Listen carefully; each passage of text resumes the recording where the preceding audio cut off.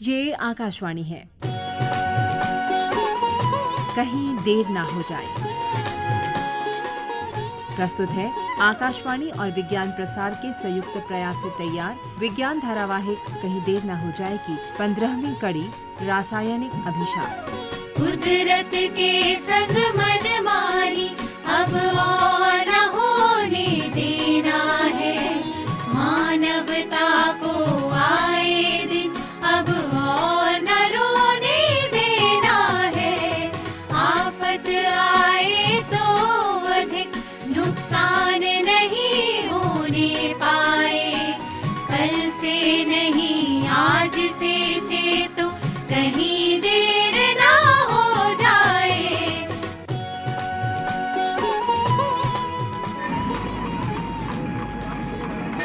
पापा, वो देखिए, आपका ट्रैवल एजेंट उधर है। कहाँ? वो सामने पापा, सड़क के उस पार। कहाँ बेटा, मुझे तो अभी भी नजर नहीं आ रहा। ओहो पापा, अपना चश्मा साफ कीजिए पहले। ठीक है बेटा। अब देखिए, एकदम सामने, हाँ? ठीक सामने। अब शायद अब दिखाई दिया हो। हाँ अमित, दिख गया। वो सामने दिख रहा है टूर ट्रेवल एजेंसी का बोर्ड। जी बेटा, इस रोड को पार करके जाना होगा वहाँ। जी पापा, ध्यान से पापा, सामने चल। से ऑटो आ रहा है। अरे बेटा, टैक्सी निकल। पापा आप चलिए, मैं ठीक हूँ। ठीक है बेटा। हाँ, हो जाएगा। मैंने आपका पैकेज बनवा दिया है।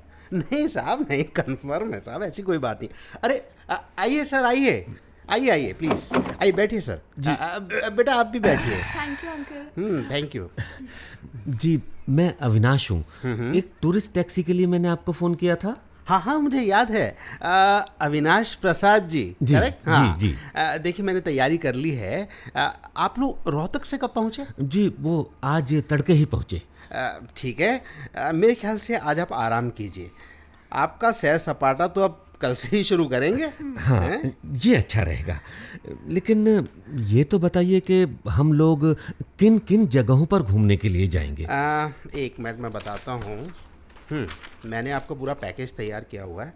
देखिए, हम आपको भोपाल के सभी मुख्य पर्यटन स्थलों की सैर कराएंगे। जी ठीक। आपने भीम भेटिका की ऐतिहासिक गुफाओं के बारे में तो सुना ही होगा। जी सुना। ये गुफाएं यहाँ से करीब 52 किलोमीटर की दूरी पर हैं। जी, और करीब इतनी ही दूरी पर मशहूर सांची स्तूप भी है। जी ठीक है, मैं समझ गया कि आप लोग हमें आसपास की जगहों पर ही घुमाएंगे। लेकिन मैं कुछ और भी सोच रहा था।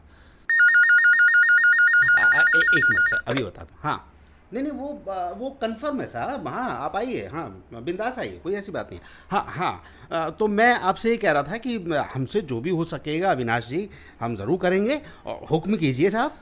देखिए, आप तो जानते ही हैं कि सन 1984 के बाद भोपाल का नाम एक भीषण आपदा से जुड़ गया था। जी, आपका मतलब गैस त्रासदी से है ना? जी बिल्कुल सही। तो क्या आप हमें उस जगह को दिखा सकते हैं? देखिए, कोई सैलानी हमसे वहाँ चलने को कहता तो नहीं है। हाँ, कभी कभार कुछ लोग गैस त्रासदी वाली जगह देखने की मंशा जाहिर ज़रूर करते हैं। बस तो आप हमें उन्हीं लोगों में समझिए। अविनाश जी, वहाँ देखने के लिए कुछ खास नहीं है। वैसे भी फैक्ट्री के अंदर जाने की इजाज़त नहीं है। बस फैक्ट्री के आसपास पीड़ित लोग ही हैं वहाँ पर।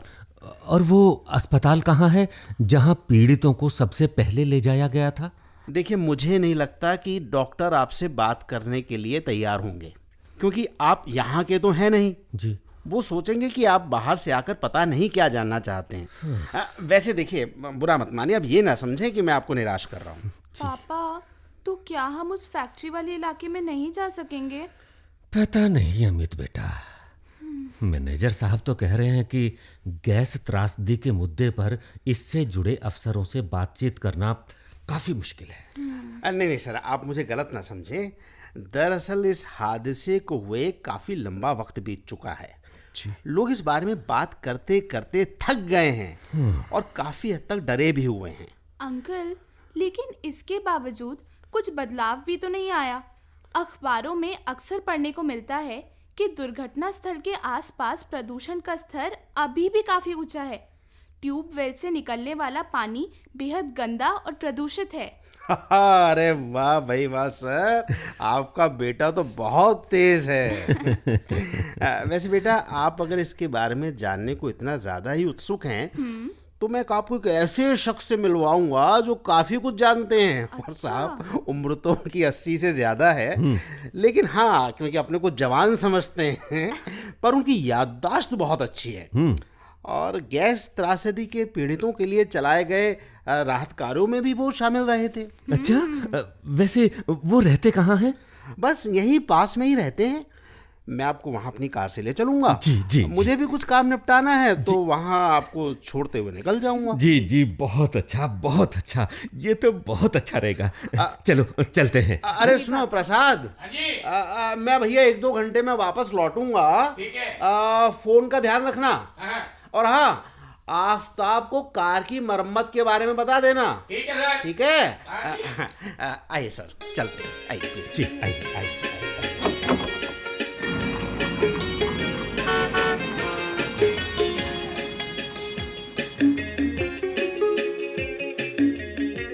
हाँ अंकल। हाँ, मैनेजर साहब। अरे क्या बात है? नमस्कार अंकल, कैसे हैं? जीते रहिए, ठीक हूँ। अंकल, ये रोहतक से आए हैं अविनाश बाबू। अच्छा। अपने बेटे के साथ कुछ भोपाल घूमने के बारे में आए हैं। अच्छा, और अच्छा। जानना चाह रहे थे भोपाल ट्रेजेडी के बारे में, त्रासदी के बारे में। अंकल। तो नमस्ते, मुझे जीते लगा रहो। आपसे ज्यादा कौन बताएगा बेहतर है। तो अच्छा अविनाश जी, मुझे तो सर इजाजत दीजिए। जी। सर, चाय ड्यू है। हाँ, पक्का अगले हफ्ते जरूर आएंगे। नमस्कार सर। Bye uncle. जी, बाय। शांतिराम जी, आप जैसा कि हम यहाँ भोपाल आए हैं, तो हम ये चाहते हैं कि वो भोपाल त्रासदी वाली जगह आप हमें मैं दिखाएं। समझ गया, लेकिन आखिर आप लोग हादसे वाली जगह पर जाने को इतने उत्सुक क्यों हैं? जी, वो आप लोग खूबसूरत गुफाओं, जंगलों और पुरानी इमारतों को देखिए। ऐसी गंदी जगह को देखने में अपना वक्त क्यों बर्बाद कर रहे हैं आप लोग? शांतिराम जी, ट्रैवल एजेंसी के मैनेजर भी यही कह रहे थे, लेकिन हमने तो वहाँ जाने का इरादा पहले से ही बनाया हुआ था। ओके, तब तो ठीक है। बताइए, आप लोग मुझसे क्या जानना चाहते हैं? अंकल, क्या मैं आपको दादाजी बोल सकता हूँ? अरे बेटा, शो बोलिए। हाँ, दादा परदादा कुछ भी बोलिए। तो दादाजी, आखिर वो हादसा हुआ कैसे? अचानक ऐसा क्या हुआ जो ये कहर टूट पड़ा था? बेटा, ये सब कुछ अचानक नहीं हुआ था। अच्छा। और ऐसा भी नहीं था कि इस हादसे की पहले से कोई आशंका ना रही हो। आपका मतलब है कि लोगों को इस हादसे का अंदेशा था? अरे बताता हूँ, पहले आप लोग बैठिए तो सही। जी, अरे बेटे, बैठ जाओ इधर। जी। तो आप क्या पूछ रहे थे? मैं ये जानना चाह रहा था कि जैसा कि आपने बताया कि लोगों को इस हादसे का अंदेशा था। बिल्कुल, हर कोई जानता था कि फैक्ट्री में एक बड़ा हादसा कभी भी हो सकता है। क्या? तो ये तो बड़ी अजीब बात है। तो फिर वहाँ के कामगार उस जगह से कहीं और क्यों नहीं चले गए? अविनाश जी, क्या आपको लगता है कि इस देश में जीवन यापन का कोई दूसरा तरीका ढूंढना इतना आसान है? नहीं, मेरा मतलब तो ये था कि ये फैक्ट्री यूनियन कार्बाइड कॉरपोरेशन की थी और उन्होंने प्रदूषण नियंत्रण पर बिल्कुल ही कम ध्यान दिया।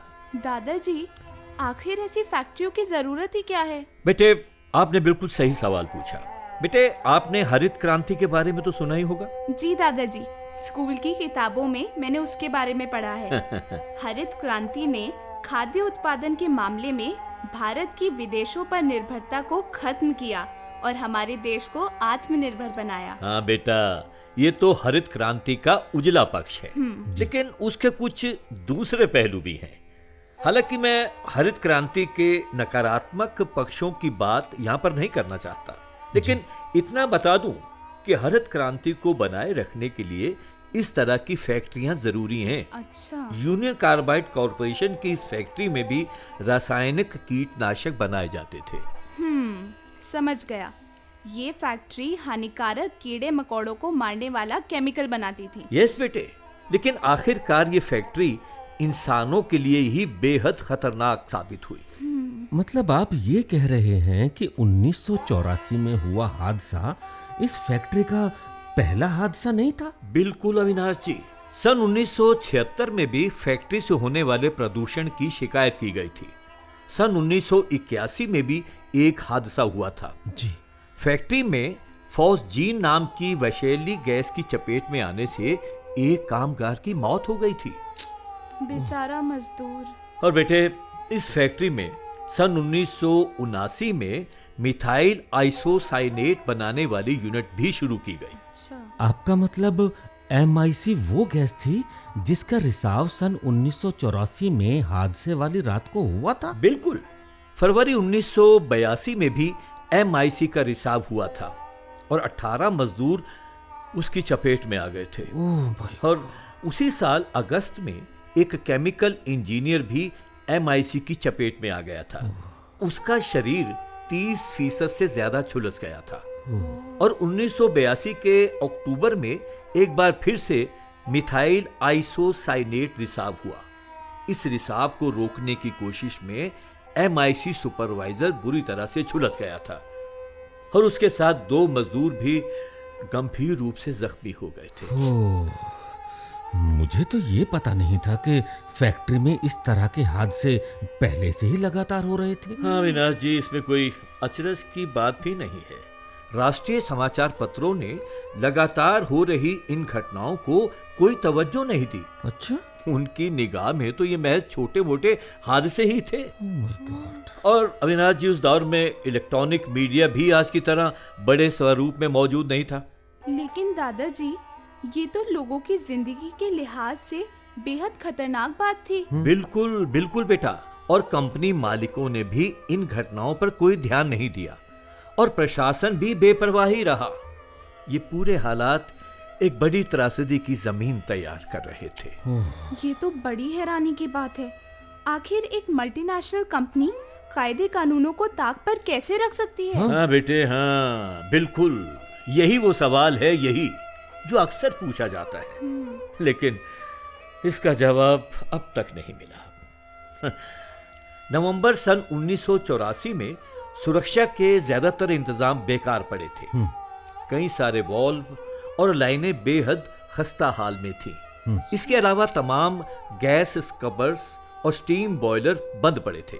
अच्छा। और एक खास बात यह थी कि एक टैंक में संख्या 610 में 42 टन मिथाइल आइसोसाइनेट भरा था, जो कि सुरक्षा मानकों की खुली अनदेखी थी। इसका मतलब तो ये हुआ कि फैक्ट्री कैंपस के समूचे हालात ही किसी हादसे को न्योता दे रहे थे। बिल्कुल, इसमें कोई शक नहीं। 2 दिसंबर की रात को जब मिथाइल आइसोसाइनेट का रिसाव हुआ और इतने सारे लोग मारे गए, उस वक्त आप कहाँ थे?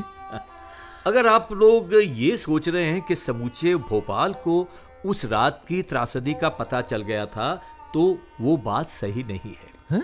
अगले दिन की सुबह को भी काफी देर तक हमें ये अंदाजा ही नहीं था कि इतनी बड़ी गैस त्रासदी हो चुकी है। अच्छा। दादाजी, मैंने सुना है कि उस रात 30 टन गैस का रिसाव हुआ था। अरे भाई, बातों बातों में आप लोगों को मैंने चाय तक तो पूछा नहीं। बेटे आप बताओ, क्या लोगे, चाय या ठंडा? नहीं दादाजी। देखिए वो हम अभी नाश्ता करके ही आ रहे हैं। ओह, चलिए चलिए, कोई बात नहीं। तो मैं क्या कह रहा था, कहाँ था मैं? जी आप बता रहे थे। हाँ।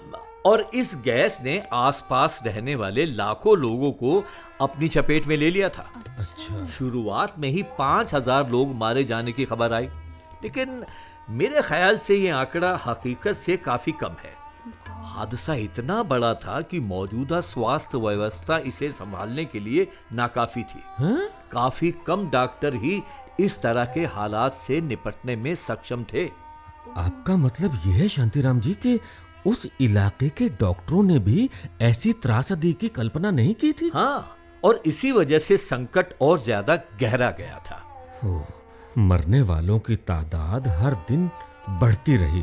प्रशासन तो बेहद लाचार ही नजर आ रहा होगा। अविनाश जी, राज्य सरकार ने तेजी दिखाई।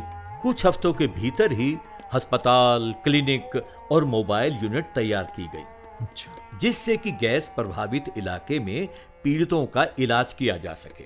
लेकिन इतने बड़े हादसे के लिए यह सब कुछ नाकाफी ही था। बेहद दर्दनाक दास्तान है ये। औद्योगिक विकास के इस दौर में फैक्ट्रियों के अंदर रसायनों का सही और सुरक्षित रखरखाव करना बेहद जरूरी है जी। और अगर इन केमिकल्स को उचित तरीके से इस्तेमाल ना किया जाए तो इसके नतीजे खतरनाक भी हो सकते हैं। जी। मिथाइल आइसोसाइनेट को ही ले लीजिए, अगर इसमें पानी मिलने से बचाया जाए तो इसमें विस्फोट नहीं होता। आसपास रहने वाले बेचारे लोगों के पास तो खुद को बचाने का कोई रास्ता भी नहीं रहा होगा। और पता नहीं उस इलाके के लोगों को ऐसे हादसे के दौरान बचाव की तरकीब मालूम भी थी या नहीं।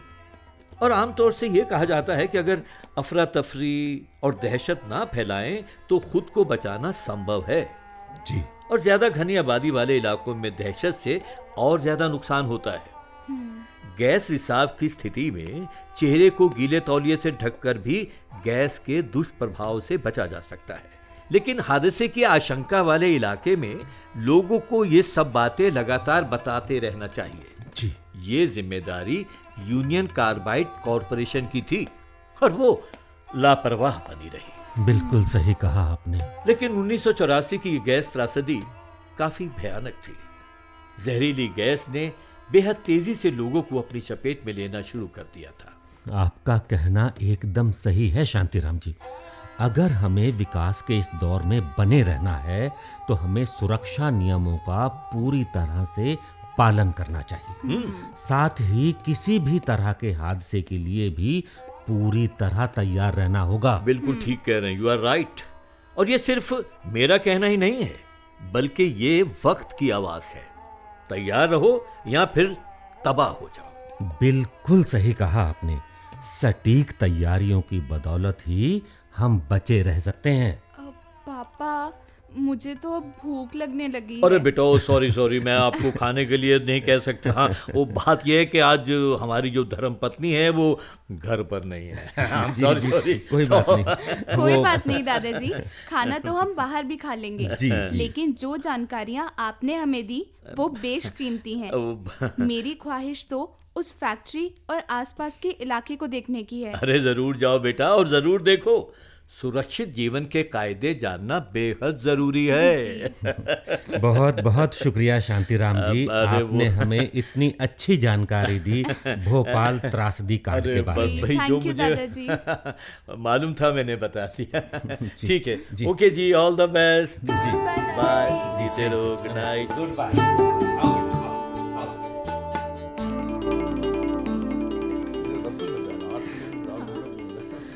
लो जी, हम भी होटल पहुंच ही गए। बेटा मधु, तुमने खाना खाया कि नहीं? बिल्कुल अभी अभी खाकर ही उठी हूँ। और भीड़ भाड़ तो काफी थी, लेकिन होटल स्टाफ ने ठीक ठाक इंतजाम कर ही लिया था। अच्छा। अरे देखो, बातों बातों में मैं तो भूल ही गई। इनसे मिलिए, ये हैं मिस्टर बालाकृष्णन। हेलो, नमस्कारम। नमस्कार। ये जापानी सैलानियों को घुमाने की जिम्मेदारी ना पूरी यही संभाल रहे हैं। अच्छा। अच्छा लगा आपसे मिलकर बालाजी। मेरे को भी बहुत अच्छा लगा। कैसे हैं आप? मैं ठीक हूँ जी। आप मेरे को बालाजी भी बोल सकते हैं। जी, मैंने पहले ही कहा आपको बालाजी। जानते हैं, इनके साथ जो आए हुए टूरिस्ट लोग हैं ना, वो अभी आराम कर रहे हैं। अच्छा।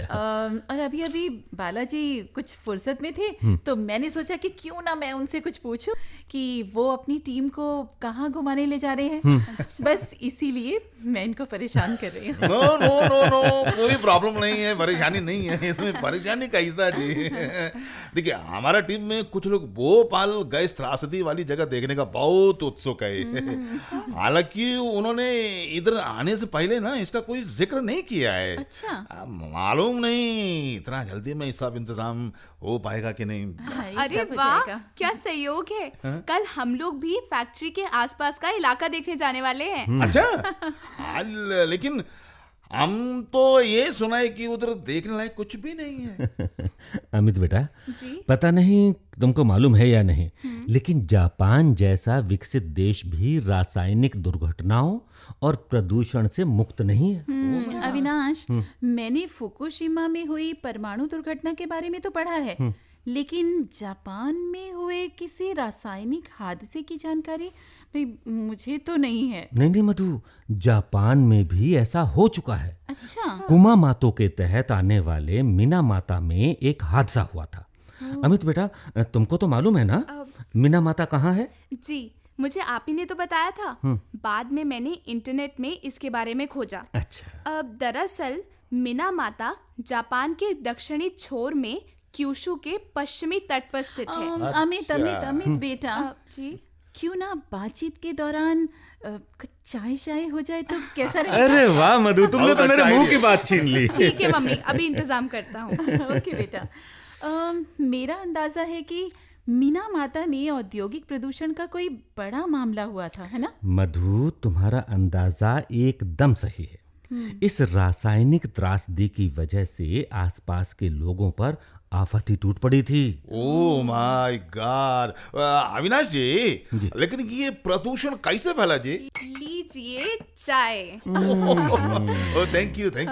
लीजिए अविनाश, आप भी लीजिए। हाँ, बालाजी ये लीजिए, चाय लीजिए। आप थोड़ा आगे आ जाइए, थोड़ा आगे आ जाइए। अमित, जी। तुम बिल्कुल सही समय पर चाय लेकर आ गए। अच्छा, अभी तुम्हारे पापा मिनामाता में हुए प्रदूषण की वजह का ही जिक्र कर रहे थे। मुझे पता है मम्मी। हाँ। ये प्रदूषण पारे यानी मरकरी की वजह से हुआ था। एक मिनट, पारे की वजह से? हाँ कैसे? बालाजी, मिनामाता में पारे की वजह से बेतहाशा प्रदूषण हो गया था। ओह माय गॉड। इस समस्या का एहसास तो 1950-55 के आसपास ही होने लगा था। मिनामाता खाड़ी में समुद्री जीव जंतुओं और दूसरे उत्पादों पर पारे का ऊंचा स्तर नजर आने लगा था। अविनाश जी, वो तटीय इलाके में रहने वाले लोगों ने इन समुद्री जीवों का भोजन के तौर पर इस्तेमाल किया होगा, है ना? और इससे वो भी प्रभावित हो गए होंगे। Am I right? वाह बालाजी, बिल्कुल सही कहा आपने। Thank you. पीड़ित लोगों और शिरान्योई सागर तट के निवासियों में पारे की काफी बढ़ी हुई मात्रा देखी गई। पारे के इस ऊंचे स्तर की वजह से पीड़ितों के तंत्रिका तंत्र में गड़बड़ी होने लगी थी। इस भयानक प्रदूषण ने गर्भस्थ शिशुओं को भी नहीं बख्शा था। लेकिन ये सब हुआ कैसे हुआ जी? इतना सारा पारा किधर से आया जी? हाँ। देखो बालाजी, दरअसल इस सब के लिए किसो कॉरपोरेशन नाम की कंपनी जिम्मेदार थी। किसो कॉरपोरेशन? हाँ, किसो कॉरपोरेशन। इस कंपनी की रासायनिक फैक्ट्री से निकलने वाले औद्योगिक कचरे और गंदे पानी में मिथाइल मरकरी भी था। सन 1932 में 32? हाँ, 1932 से 1968 यानी 1968 तक मिथाइल मरकरी इसी तरह बाहर फैलता रहा। कमाल है, इतने लंबे अरसे तक खतरनाक रसायन फैलता रहा और लोगों ने कोई आवाज तक नहीं उठाई। हाँ मधु, ये जरूर चौंकाने वाली बात है। इस सदी की शुरुआत तक करीब 2500 लोगों को आधिकारिक तौर पर पीड़ित माना गया। किसो कंपनी ने 10,000 से ज्यादा लोगों को मुआवजा दिया था। लेकिन अब इतने लंबे अरसे तक लगातार पारे के प्रदूषण का असर तो और ज्यादा भयावह होना चाहिए था ना? वो इसलिए मम्मी, क्योंकि शायद उस इलाके में घनी आबादी न रही हो। अरे वाह बेटा, अविनाश जी आपका बेटा बहुत टैलेंटेड है, इंटेलिजेंट है। देखो बेटा, पारे के इस खतरनाक प्रदूषण के मसले पर मुआवजों को लेकर आज भी अदालतों में मामले चल रहे हैं। मिनामाता के मामले को जापान की 4 बड़ी प्रदूषण से होने वाली बीमारियों में शुमार किया जाता है। अविनाश जी, मैं इसे चिंता में है कि जापानी सैलानियों को घुमाने का इंतजाम कैसे होगा जी? आपका मतलब बालाजी भोपाल त्रासदी वाली फैक्ट्री के दौरे की चिंता? हाँ बिल्कुल। वो लोग जब इन विदेशी पर्यटकों को देखेंगे तो वो इजाजत की भी मांग करेंगे ना, लिखित में चाहिए उनको। मेरे ख्याल से फैक्ट्री के आसपास का इलाका घूमने में तो कोई दिक्कत नहीं आएगी, लेकिन फैक्ट्री के अंदर जाना शायद इतना आसान ना हो। मैंने भी कहीं पढ़ा था कि फैक्ट्री के अंदर अब भी कुछ जहरीले पदार्थों का ढेर मौजूद है। अब ऐसे में जिला प्रशासन फैक्ट्री के अंदर जाने की मंजूरी शायद ही दे आपको। हाँ मधु, मुझे भी यही लगता है। देखो बेटा अमित, मौजूदा दौर में हम लोग अंधाधुंध विकास की दौड़ में तो शामिल हैं, लेकिन हम ये भूल जाते हैं कि कायदों कानूनों की अनदेखी कभी भी जानलेवा साबित हो सकती है। वैसे अविनाश, बदलते वक्त के साथ साथ दुनिया भर में प्रदूषण संबंधी नियमों में भी बदलाव आ रहा है। मेरे ख्याल से दुनिया भर में ऐसे आवश्यक बदलावों को और बढ़ावा देने की भी जरूरत है। प्रदूषण कंट्रोल, क्या बोलते हैं, नियंत्रण। क्या प्रदूषण बात है नियंत्रण। बालाजी। मेरा हिंदी अच्छा हो गया था। वो प्रदूषण नियंत्रण और मुआवजे का मसला बहुत महत्वपूर्ण तो है, लेकिन प्रदूषण को उसके स्रोत पर ही रोकने की कवायद भी बहुत जरूरी है, नहीं? बिल्कुल ये तो बिल्कुल बिल्कुल बालाजी, इसमें तो कोई शक नहीं है। बालाजी, मेरी आपसे एक गुजारिश है। हाँ, अरे अरे बोलिए बोलिए ना सर, बोलिए प्लीज प्लीज। देखिए, अगर आपको भोपाल गैस त्रासदी वाली जगह में जाने की इजाज़त मिल जाती है तो प्लीज़ प्लीज़ हमें भी अपने उस ग्रुप में शामिल कर लीजिएगा। जी। तो इस चाय का इंतजाम इसलिए किया गया। मेरे को रिश्वत देने का है, मालूम? बालाजी बहुत होशियार है, बहुत होशियार। मानव जनित आपदा हो या कुदरत का हो कोई कहर, जागरूकता और सूझबूझ से मिल जाती है नई डगर। जो इंसान सजग हो जाए वही सुरक्षित हो जाए। कल से नहीं आज से चेतो, कहीं देर ना हो जाए। कहीं देर ना हो जाए। अभी आप आकाशवाणी और विज्ञान प्रसार के संयुक्त प्रयास से तैयार विज्ञान धारावाहिक कहीं देर न हो जाए की 15वीं कड़ी सुन रहे थे। रासायनिक अभिशाप, आलेख व अनुसंधान डॉक्टर मानस प्रतिम दास, हिंदी अनुवाद श्रीनिवास ओली, समन्वय डॉक्टर आर गोपीचंद्रन और बीके त्यागी, निर्देशन उपेंद्र खुशरू, प्रस्तुति सहायक नवीन कुमार और इस कड़ी के प्रस्तुतकर्ता थे दिलीप झा। भाग लेने वाले कलाकार थे सुनील लोहिया, मनोज बिसारिया, मन्नत नागर, सविता शर्मा, सुरेंद्र सागर और कीमती आनंद। साथियों, अभी जाइए नहीं, अब समय है आपसे किए जाने वाले सवालों का। हम आपसे 2 प्रश्न पूछेंगे। सही उत्तर भेजने वाले श्रोताओं को लकी ड्रॉ द्वारा निकाले गए परिणामों के आधार पर विज्ञान प्रसार द्वारा आकर्षक पुरस्कार दिए जाएंगे। आज का हमारा पहला प्रश्न है, भोपाल गैस त्रासदी किस वर्ष में हुई थी? और दूसरा प्रश्न है, उस गैस का नाम बताइए जो भोपाल गैस त्रासदी के लिए जिम्मेवार थी। हमारा पता नोट करें, विज्ञान धारावाहिक कहीं देर न हो जाए द्वारा केंद्र निदेशक, कमरा नंबर 615, नव प्रसारण भवन, आकाशवाणी, संसद मार्ग, नई दिल्ली 110001। आप अपने उत्तर ईमेल द्वारा भी भेज सकते हैं। हमारा ईमेल है radio@vigyanprasar.gov.in। श्रोताओं, हमें इंतजार रहेगा आपके पत्रों का। जवाबों के साथ अपना पूरा नाम, पता, आयु, व्यवसाय। यदि विज्ञान क्लब से जुड़े हैं तो कुल सदस्यों की संख्या लिखना ना भूलें। हाँ, अगर आपके मन में कोई प्रश्न या जिज्ञासा हो तो वे भी लिख भेजिएगा। धारावाहिक कहीं देर न हो जाए की अगली कड़ी इसी दिन और इसी समय लेकर अगले सप्ताह हम फिर उपस्थित होंगे। तब तक के लिए नमस्कार, शुभकामनाएं।